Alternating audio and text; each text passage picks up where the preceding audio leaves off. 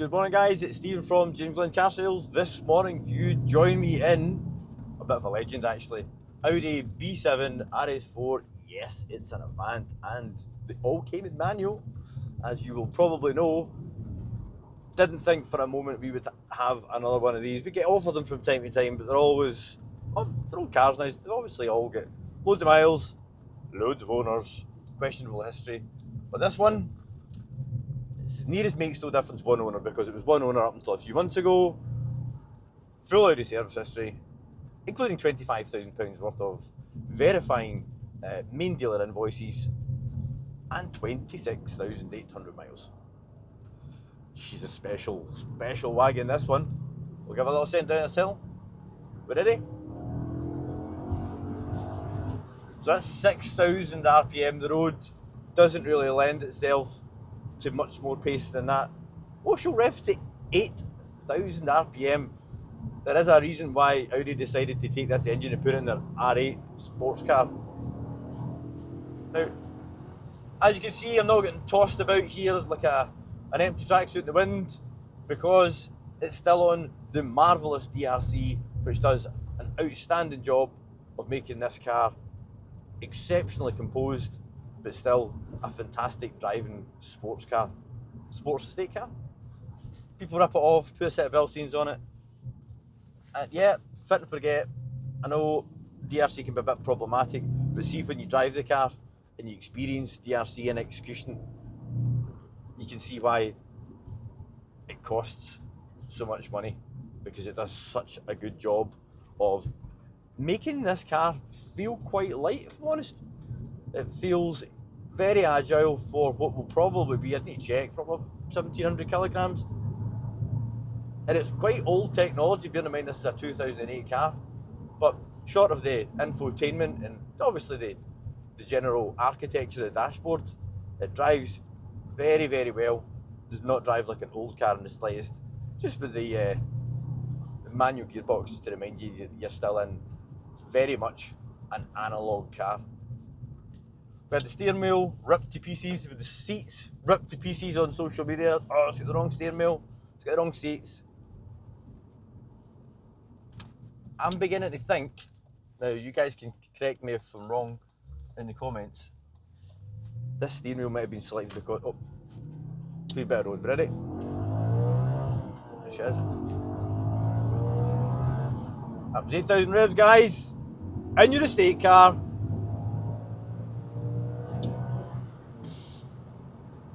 Yeah, so there's a nice wee bank left right down here. I'm just going to enjoy that, and then we'll get back to the narration. Probably fed up listening to me anyway.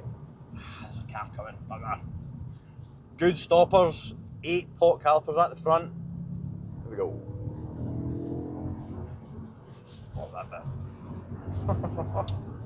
And then you look in the mirror and you remember you're in an estate. Yeah, so I'm going to throw this out there and think that the standard steering wheel was chosen because it's thinner.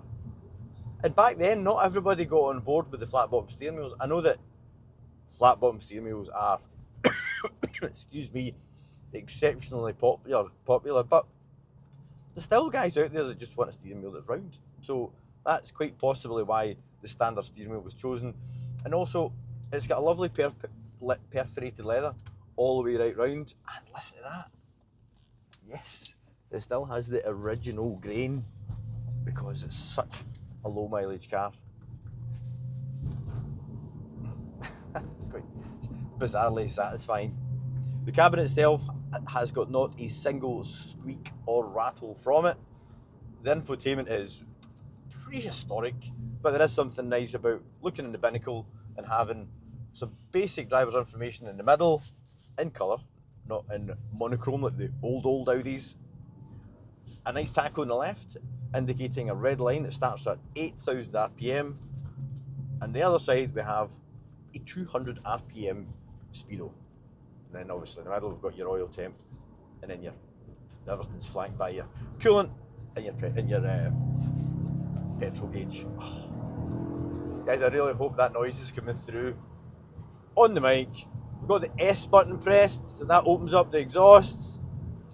Also sharpens up the throttle response, and I mean it really sharpens it up.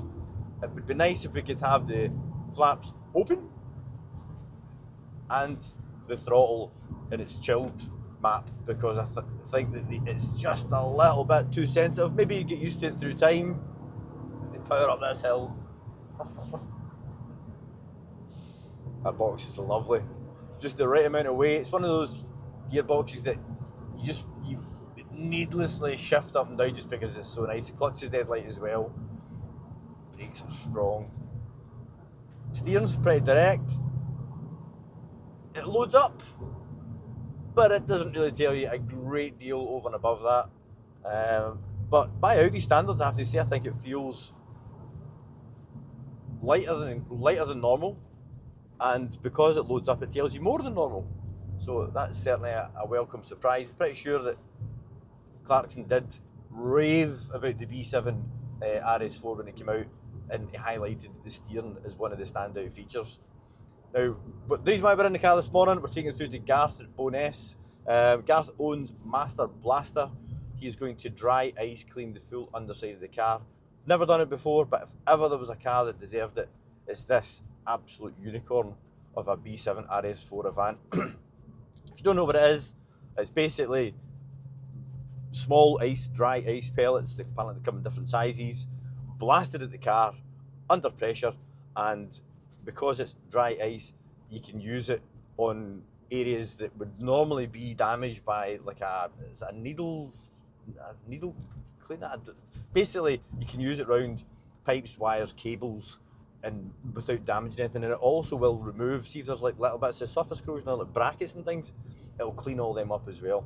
I sent Garth the underside pictures of the car once we took all the covers off it, and he said it was very similar to a 997 Carrera S that he'd done a few weeks back. Sent me the before and after pictures of that, so I am really excuse me, really looking forward to seeing the before and after pictures.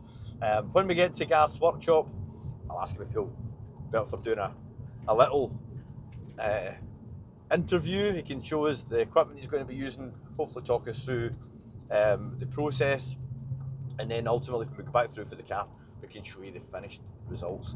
If everything's all buttoned up by the time we get through there, Garth he'll document the full process anyway, but I'm really looking forward to seeing the car all finished and done. And I would have to say that I think already this is one of the best B7 RS4 Avants for sale in the UK right now. And once we've got it all done and dusted, buttoned up, I think it's going to be a really hard car to beat. Might beat it on spec, you might get one with buckets, but all I'm going to say is, have you seen, I remember dealing with like Mark V Golf R32s when they were like 5 years old with buckets, and the seats were absolutely gubbed in. So I don't know what chance you've got of getting a B7 RS4, which the newest one now will be 17, 18 years old. Trying to get a car of that age with seats in good condition, because these seats are absolutely perfect. And then also, in addition, you don't need to worry about parking your car up and coming back and someone took a shine to your seats, took them out your car for themselves. So yeah, it's just all these things you need to consider, I suppose. So we will be at Garth just shortly. I will either be back with a short interview, or that will be the end of this short video drive through, just on the way through to Boness. But there will be a follow-up video for sure with the full results of the dry ice cleaning, and you'll be amazed. It's really cool. If you don't know what it is, look it up on YouTube. It's just be warned, it's quite therapeutic. You can lose quite a lot of time just watching the process. Yeah, it's quite something. Alright guys, that'll be the end of the video, and yeah, I'll either see you in a few minutes with Garth, or I'll see you in the follow-up video of the B7 RS4. Cheers, thanks, bye-bye.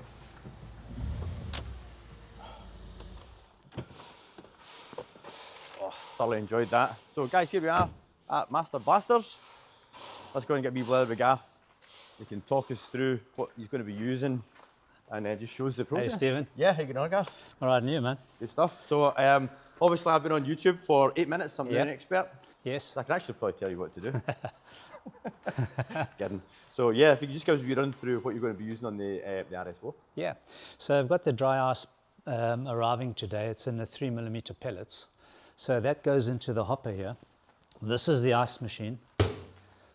The The compressor is outside, which you can have a look at. Is that the big thing that says? Is that the big thing that looks like That's a trailer? the big thing, yeah. All right, okay. So you don't just buy this part. No.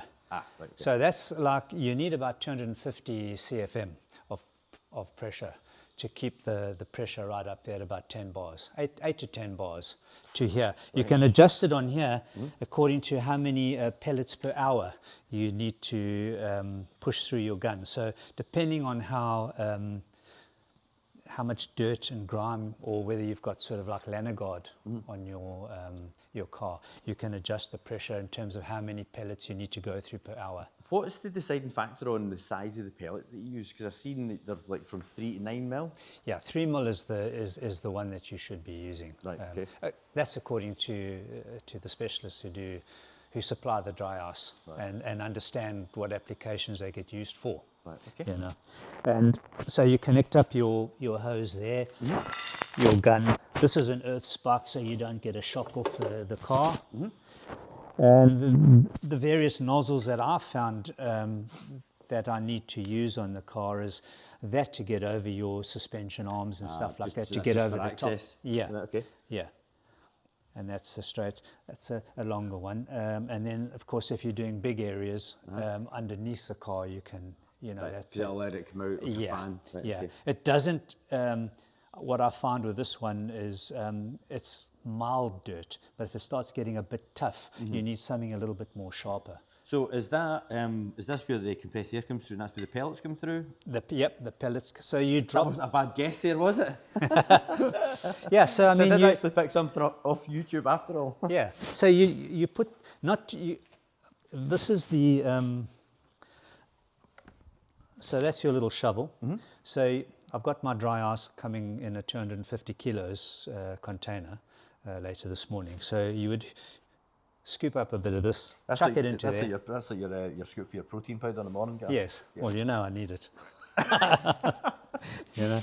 Yeah. So, and also not to put too much in, because the hopper can't deal with it, and it can solidify in there. As you know, dry ice. You've got to be careful with it. So I normally find 2 scoops, and then I'll work. And that normally lasts me about 15 minutes. Right, so it goes through that much? Goes through quickly, yeah, it goes through very quickly. Right. And when you buy in dry ice, does it when it arrives here, you've obviously got to use it within? It's got a 5-day period, but bearing in mind it comes from down south, so you've already lost a day. Right.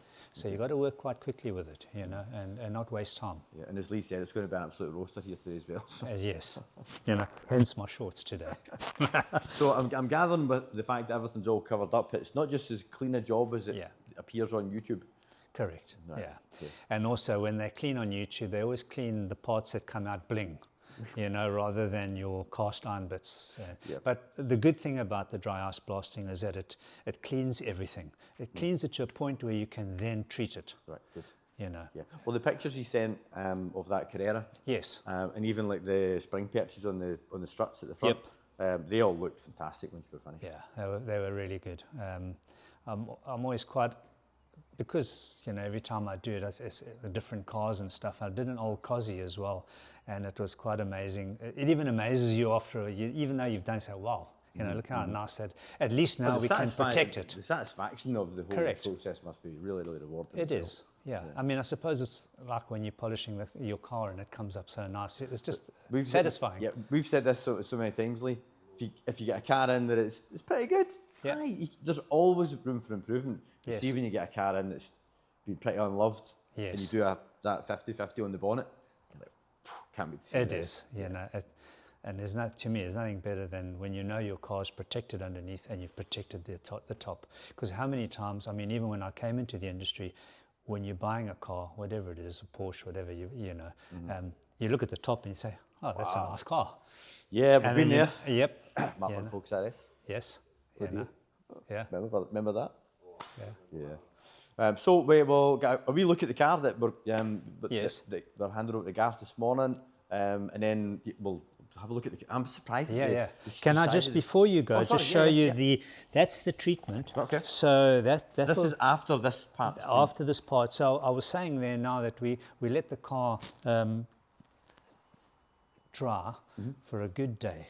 Okay. Even though I blow it off with the compressor over there, I dry dry it off with a compressor because there is a bit of moisture there. Of course, going to be. So you just dry it off, and then wait a day, and then apply about 3 coats. 3 coats. 3 coats, and let that dry a little bit as well, so it creates the skin. Yep. That's what I like about that stuff. It's not like waxy oil, and it can attract stones when you're driving. Yeah. So it's like, it's really gets a hard skin on it. Good. Yeah, it's not sticky to the touch. Yes. Yeah. Like I've seen cars that have been, protected underneath, and they're just like, it's like black goop.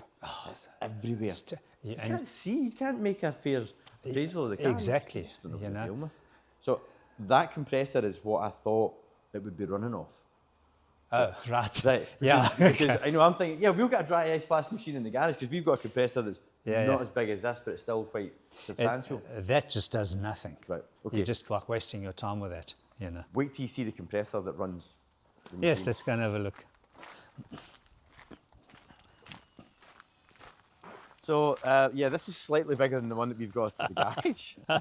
Just a wee bit. This is what this, and you rent this, you hire this in. I've hired this, yeah. Okay. Would there ever be a case where you're that busy you would just end up having one? That's the plan. That's the plan. That's the Right. plan, to get one for myself and have it here. But they're like, you can pick up second-hand ones, but they're about 10 plus, 10 grand plus. Okay. Right. So they're not cheap. Okay. And the car that of course. Here it is. Of course. So don't need to go over too much about the car, guys, because I've rabbled about it all the way through here from Airdrie. But just as you can see, I mean, if ever there was a car that deserved the extra little touch, The treatment. The treatment. The treatment. It's this car here.